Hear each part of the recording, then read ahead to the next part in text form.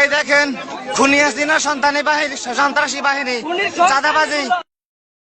করে খুন গুম করে সালার পুত্রা এখানে আস্তানা করে এখানে দেশের ভিতরে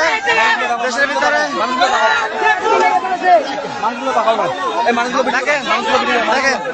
দেখেন দেখেন আমাদের একজন ব্যবসায়ী ভাইকে তারা নির্মম ভাবে মেরেছে।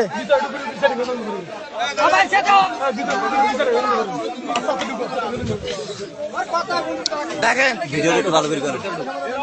এই দেখেন সন্ত্রাসীদের দেখেন এই যে খুনি হাসিনার সন্ত্রাসী বাহিনী সশস্ত্র বাহিনী দেখেন দেখেন দেখেন আপনারা দেখেন